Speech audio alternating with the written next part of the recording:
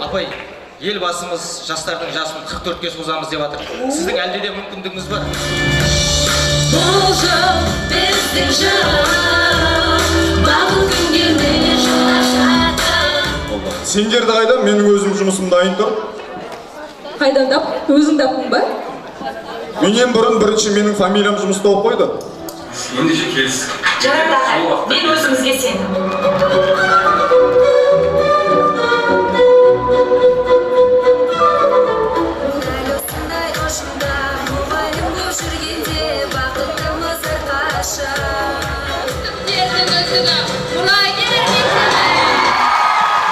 Мұрагер мектебі?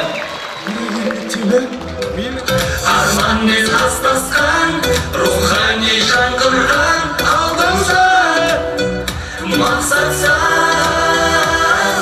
15 осы ғой. Мына жерде спорт зал мен актив залдың орны бос қой. Жас маман әрқашан сендерменен бірге.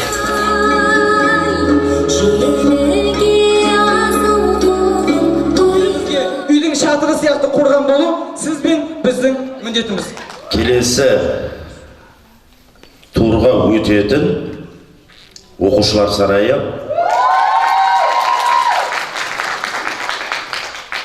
бүгінгі ойындардың үздігі болған команда.